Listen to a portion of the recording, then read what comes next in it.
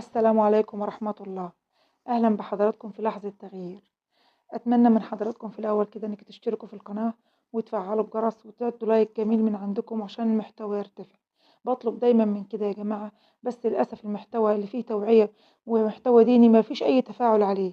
ليه يعني وصلنا للمرحلة ديت؟ أنا ما بشحتش من حد إنه يشترك ولا يدي لايك، أنا بس أنا بس يعني المحتوى يرتفع وأي حد يسمع كلمة يستفيد وربنا يجعله في ميزان حسناتنا. أرجو منكم التفاعل والدعم لو سمحتوا، وربنا يا رب يتقبل منا ومنكم أي كلمة هنقولها. النهاردة هنتكلم إن إزاي كل حاجة في حياتنا نحولها لعبادة. أي شيء في حياتنا ممكن تعمله عادي، أنت شايفه عادي وبسيط، بس تاخد عليه حسنات. يعني زي إيه؟ زي مثلا الأكل، الشرب، النوم. معقولة في أكل وشرب ونوم ناخد عليه حسنات؟ أيوة طبعا. يعني الأكل، لو أكلت كده قلت بسم الله وأكلت وحمدت الله سبحانه وتعالى بعد الطعام ما خلصت، وسبحان الله تاخد عليه أجر وحسنات. يعني مش بس شبعت ومليت بطنك، لا، أنت كمان خدت أجر عظيم عليه. ويا سلام لو بتاكل بنية طاعة الله، إنك تقدر تصوم، تقدر تصلي، تقدر تقوم تشتغل شغل حلال تجري بيه على أولادك، وتقدري تاكلي وتشربي عشان تقومي تعملي خدمة شغل البيت وتشوفي أولادك. سبحان الله، أصبح الأكل عبادة، كل دي ليه أجر وحسنات عند ربنا سبحانه وتعالى. النوم، النوم لما تيجي تنام كده وتقول بسم الله وضعت جنبي وبك أرفعه، وبنية وتصلي ركعة وتر قبل ما تنام. سبحان الله، يبقى ختمت يومك بيوم جميل وبالذكر وانت رايح تنام.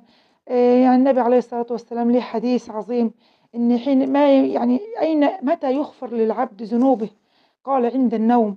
النوم يعني عند النوم تقال في حديث كده: لك عند النوم عبادة وتغفر ذنوبك عند نومك. ازاي يغفر ذنوبي وانا نايم وانت رايح تنام كده؟ من اوى الى فراشه ثم قال لا اله الا الله وحده لا شريك له، له الملك وله الحمد وعلى كل شيء قدير، لا حول ولا قوة الا بالله، استغفر الله العظيم، سبحان الله والحمد لله ولا اله الا الله والله اكبر.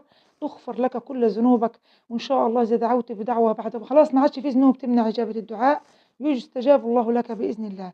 اصبح اكلنا وشربنا عبادة بقولك بسم الله وتحمد الله بعد الطعام، والنية اللي بتاكل بيها عشان تقوي بدنك في طاعة الله وخدمة أولادك والشغل على أولادك. والنوم بأذكار النوم، ربنا يجعل نومك كنت انت نايم في عبادة، يعني انت طول ما انت نايم لك أجر ولك حسنات. سبحان الله العظيم، ما فيش حاجة بتضيع عند ربنا. تالت حاجة من معاملتك مع الناس، وانت بتتعامل مع الناس وبتتعاملي مع الناس ومع الجيران ليكي فيها أجر. الله المستعان، يعني أبسط شيء تقدمه لحد يقابلك إنك تبتسم، إنك تلقي السلام على أختك المسلمة وعلى أخوك المسلم. قول السلام عليكم ورحمة الله. سنة بصراحة، ما عادش حد بيقول السلام عليكم. والله أنا بقابل الناس بتعدي علينا ما عادوا بيقولوا السلام عليكم، وكأنهم هيخسروا حاجة، ما يعرفوش الأجر العظيم اللي هياخدوه لما يقولوا السلام عليكم وأنا أرد السلام عليهم. فسبحان الله، يعني في سنن بسيطة والناس هجرتها بشكل مش طبيعي. والله ما عاد حد بيلقي السلام على التاني، شيء صعب أنا بشوفه في الشارع، والله بيؤذي نفسي. أنا عن نفسي بقول هو في إيه؟ ما عادش حد بيقول السلام عليكم. طب أنا تخيل لو قلت السلام عليكم واللي عدى عليك قال عليكم السلام، أخدت أجر عظيم. التبسم في وجه أخيك، مساعدتك للآخرين بأي شيء ولو بسيط، أي شيء بسيط، المعاملة، كلمة طيبة. سبحان الله العظيم، بإذن الله كل دي حياتك حياة بسيطة بتعملها لكن فيها أجر حسنات. تخيل يوم القيامة تيجي تلاقي جبال حسنات وأنت ما تعرفش أنت ولا تعرفيش جت منين. يا ما شاء الله، إيه ده؟